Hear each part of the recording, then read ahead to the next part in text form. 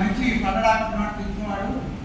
దంతాశ్చ గణితా పళ్ళు ఏమన్నా కాస్త రొడరొడలు ఆడుతున్నాయా, కొడుతున్నాయా, ఊడుతున్నాయా అంటే నచమే విషార. దానికి జవాబు ఏం చెప్పాడంటే నాకు ఆ బాగే లేదు, పళ్ళులు కొట్టి వేరే ఫుల్ సెట్ పెట్టించుకుంటారు దాని నుండి నాకు తెలుసుకోవాలి.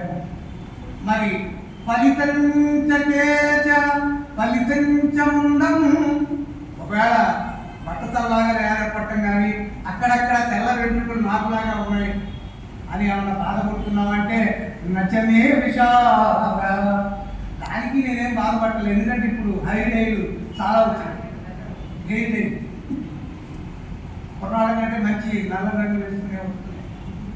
మరి ఏంటి పళ్ళు బాగలేదా అంటే అది కదిలిపోతున్నాయని విచారపడుతున్నావా అంటే ఏం కాదు. పోనీ తలన్నా తెల్లబడిందా దానికి ఏమైనా విచారిస్తున్నావా అంటే అది కాదంటున్నావు. దేనికైనా ఇది కాదు అది కాదు అంటున్నావు. అసలు ఇంకే వాటి ప్రాబ్లం అన్నట్టు ఏం లేదు. ఏణీ దృశ యువతయ పధిమాం విలోక్య. పది అంటే మార్పు. ఏణీ దృశ జింక పిల్లలు లాంటి కన్నె పిల్లలు ఇలాంటి పిచ్చి వెళ్ళారు. వాడు వెళుతున్న నన్ను చూసి ఆతేతి నీచవచనం మమ కుంతగా వాడు తెలుగు పిల్లలు అనుకుంటారు. తాత బాగున్నారా అది అప్పటి నుంచి నా పరిస్థితి.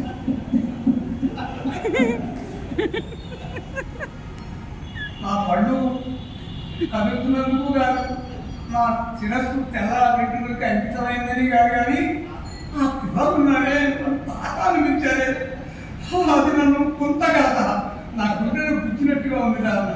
అంటే సహజంగా మనం కూడా ఎవరన్నా నవ్వుతూ ఏం తాత బాగున్నావా పెళ్లి చేసుకుంటావా అంటే నాకెందుకమ్మాయి పెళ్లి అని అన్నాడు.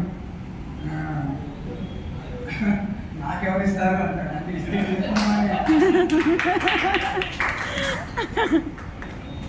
ఇటువంటి అద్భుతమైన చమత్కారాలు